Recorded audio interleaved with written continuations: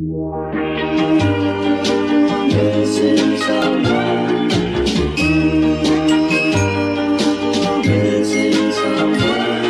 someone.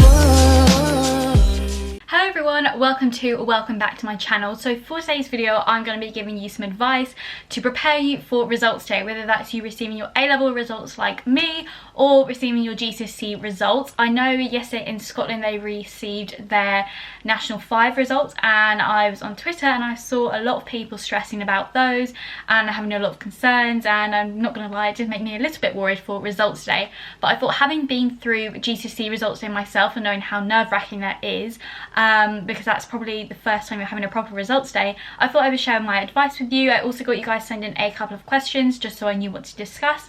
But yeah, I'm just going to get into it and give you some advice to keep you nice and relaxed on results day. So the first thing I would say is you need to get a really good night's sleep the night before. Of course, you're going to be nervous. I mean, I say get a good night's sleep. The chances are you're probably not going to sleep at all. But if you can try and go to bed at a reasonable time and not wait up until the following morning, then do just try and do that, because the chances are you might be celebrating, well, hopefully you'll be celebrating on results day, and that's going to be a late night anyway. So yeah, if you can try and get to bed at a reasonable time, maybe 11ish or something, and then you can just try and have the best night's sleep possible. And if you go to bed a little bit earlier, if you wake up a bit early, you've still had a decent amount of sleep.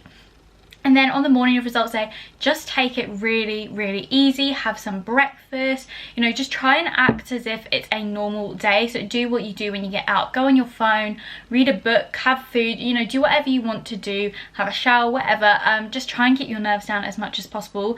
As I promise you, if you're a little bit more relaxed and chilled, you're going to feel so much better throughout the whole day, and you're just not going to be this one big ball of stress. This year, you obviously don't have things to look at like grade boundaries or anything like that, because I know when I did GCSE results day, I looked at the grade boundaries. That's the first thing I did in the morning, and that just freaked me out even more. So my piece of advice, if you're watching this years down the line or whatever, is try not to look at the grade boundaries until you've got your results, because looking at them before will just stress you out so much more. I literally wrote down the grade boundaries for like the grades I was obviously aiming for each subject, and yeah, when I got my results, then the whole back of my mind was, oh, how close was I to the next grade or whatever. So try and avoid that. Obviously, like I said, this year you don't have that issue at all, because we didn't sit exams, so that's one positive of this. Now I feel like this year's results day is so different just because your teachers have chosen your grades, and I just don't really know what advice to give, because I'm in the same boat as you really. But I would just say you just need to keep a positive mindset, and if things do go wrong or just not how you expected,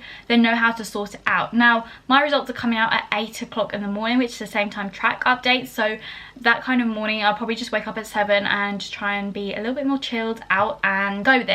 But like I said, I did ask you guys if you had any things you wanted me to cover, so I thought I'm just going to quickly run through those. So a big concern is that the grades don't represent the work I put in, and that is completely normal. I know when I got my GCSE results, you could really see in a lot of grades that the work I put in was reflected in those, and they were my best grades and everything like that. And then you could obviously tell with a subject that, for example, French, which I probably did the least work for and it was my weakest subject as it was, then the grade wasn't the best. Please do not worry about this. Obviously this year your teachers are deciding them, and hopefully they should look at, you know, your mock grades, your classwork, your effort, everything like that, and that should do that. And if you do feel that grade doesn't reflect the effort you put in, then you do have the option to resit the exam, which in normal circumstances you wouldn't have unless you failed and it was maths or English. Look at that as a positive, that you get this second chance realistically to prove that you are capable of more than what someone's thought of you. Another person said, scared I won't feel like I've actually achieved anything because I've not taken the exam, so my grades just don't feel like I've achieved them. Again, this is so true. You may feel like, oh, I could have done so much more work, or you may feel like I don't deserve this because I didn't sit an exam, and again, that's completely normal. But I think what you have to remember is you did 2 years worth of work and you were practically exam ready, so those grades should reflect the amount of work, and you should feel like you've actually achieved them. You know, you have done so much work over these past 2 years, so technically you have achieved this grade. Just because you haven't sit the final 2 or 3 papers doesn't mean you don't deserve it. My teachers will want me to retake, but I don't think I can do any better. At the end of the day, it's your choice. Your teacher cannot force you to retake these exams. They can't force you to take them, and to be honest, they're the ones who have set you the grade. So, you know, if they think you could do better, then they shouldn't have given you that grade in the first place. And it's your choice. If you want to sit that exam in the autumn time, then go for it. But if you don't and you're happy with what you've been given, then take it, I would say, and just get ready to move on to the next chapter of your life. A lot of people are concerned about not getting the grades that they want or the grades that they need for their university courses.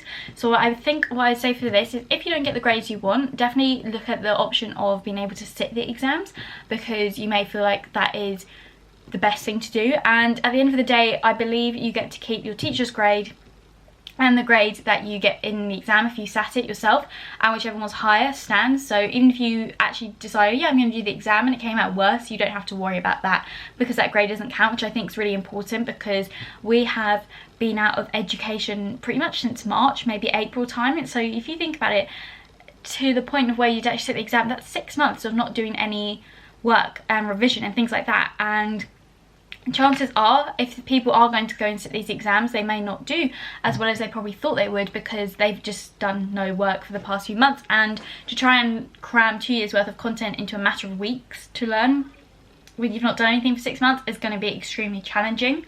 And in terms of not getting the grades for the university courses, clearing has so many spaces this year. I couldn't tell you how many spaces there are. I've just been looking on websites because I want to do some research for you guys for this video. And what you need to do is, if you're panicked, if you're sat there right now thinking, I just don't think I'm going to get the grades I need for university, go on the universities that you're interested in websites and just sign up for their clearing. And a lot of the time they will either contact you on results day or you can contact them. But if you sign up now, then you've already got that advantage. You can see what's available, and if you are extremely worried, that can hopefully put your mind at ease. I have looked on so many websites and there are just so many spaces available, and especially for courses that you think would be extremely popular, there are so many things available. And I say obviously just start off by looking at the universities that you initially applied to. As you would have chosen a firm and insurance and things like that, then you would have dropped another 2 or 3. So definitely go look at those, because you obviously had an initial interest in those universities, hopefully. I feel like this year universities are going to be slightly more lenient just because of the circumstances. They know you've not set the exams, and there's a lot of people who often maybe not perform it as well and really put effort in at the last minute and can go up 2 or 3 grades when they come out with results. So I feel like universities obviously will understand that, and if you have any concerns, speak to your teachers, your tutors, or there are so many people online who can give you great advice. Go on the student room, that's always a really good resource. Another person said, I'm so scared my teachers and family and friends will all want to know my results. You do not have to tell people your results. It's your decision. It's a private thing. If people are asking you what did you get, you don't have to tell them, and it's a little bit intrusive actually, like a bit of an invasion of your privacy. At the end of the day, they're your results. You tell who you want. If you don't want to tell anyone, you don't. If you want to tell everyone, you do. And yeah, I don't think people have the right to be asking you what you get, how do you do, things like that. You can literally just say, I'm happy with them, I'm not happy with them, whatever. At the end of the day, like I said, your results, your decision. Final concern a lot of people have is that I feel like my teachers have failed me, this and that. So if you were throughout the year failing a subject, that probably is in the back of your mind. But if you have been getting, you know, B's, A's, whatever it is throughout the year, a teacher cannot fail you for that, because they've got to provide evidence that you would have failed in the summer as it is. So please just don't stress about it. I hope that has kind of calmed down your results day nerves. Like I said, this year's results day, I can't give the same sort of advice because no one knows what to expect. No one knows what their teachers have done, how we've actually been graded, because there's all sorts of articles and conspiracies in the news. So I think the best thing we can all do is just pray for the best and just kind of be chilled out and wait for the days to come. I hope you did find this video somewhat helpful, and if you have any more concerns, stresses, worries, anything like that that I maybe haven't touched upon in this video, or a more personalised worry that you have, then feel free to leave it in the comment section below, or contact me on Instagram, which is on the screen. If you want to send me a DM, I'll be happy to give you some advice there. But if you did enjoy it and this video did help you out, then make sure to leave it a like, and if you are new to my channel, make sure to subscribe down below. Loads and loads of university content is coming over the next few weeks, as I've done my big shop now. Obviously results day is next week, so results video pending and all that kind of stuff. And yeah, I will see you all in my next video. Bye.